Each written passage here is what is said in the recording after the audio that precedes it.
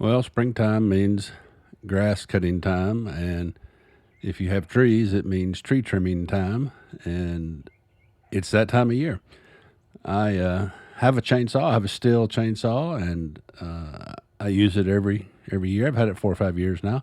I consider myself as someone who knows how to use it, but I'm not a lumberjack. I don't use it every day, so I always try to be careful and refamiliarize myself with it. But I'm also afflicted with a case of CRS, can't remember stuff.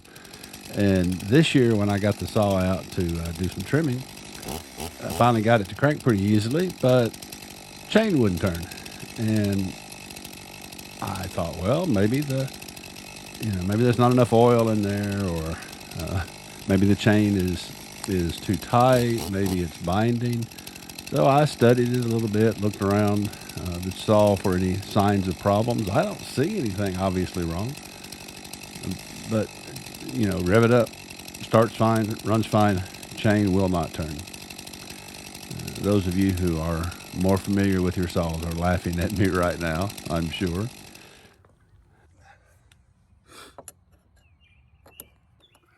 So I checked the tension. I actually pulled the cover off and checked underneath to make sure the chain was on the sprocket. Did everything I know to do to make sure that that chain is in good shape and the motor would turn it, but nothing worked. Nothing worked.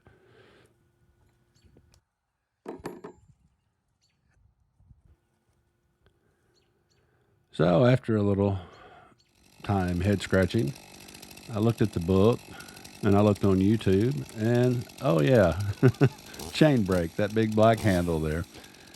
I normally don't have that thing engaged because it only, when the saw kicks back or something, it's supposed to cut the chain off.